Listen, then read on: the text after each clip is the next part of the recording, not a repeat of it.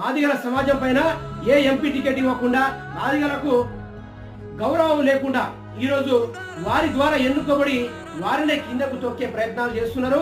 దానికి తగ్గట్టుగానే మన మాదిగ సమాజం నుంచి కొందరు కార్యకర్తలు అయితే దాని గురించి మాట్లాడడం జరిగింది. పూర్తిసారి వినడానికి ప్రయత్నం చేద్దాం.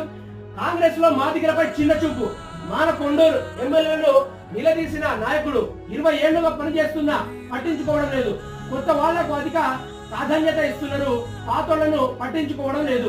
నేను గదేగా చెప్పేది. కాంగ్రెస్ పార్టీ రోజు అధికారంలోకి వచ్చిందంటే ఎప్పటి నుంచో పనిచేస్తున్న కాంగ్రెస్ కార్యకర్తలు, సీనియర్లు వారందరూ ఈ రోజు వారి యొక్క భుజాలను మెట్లుగా మార్చి సీఎం రేవంత్ రెడ్డిని పైకెక్కించినప్పటికీ ఆ మెట్లు అలా ఉండిపోదు, దానికి పాదాలను దొక్కేయాలని రేవంత్ రెడ్డి ఎప్పుడూ దొక్కేశాడండి.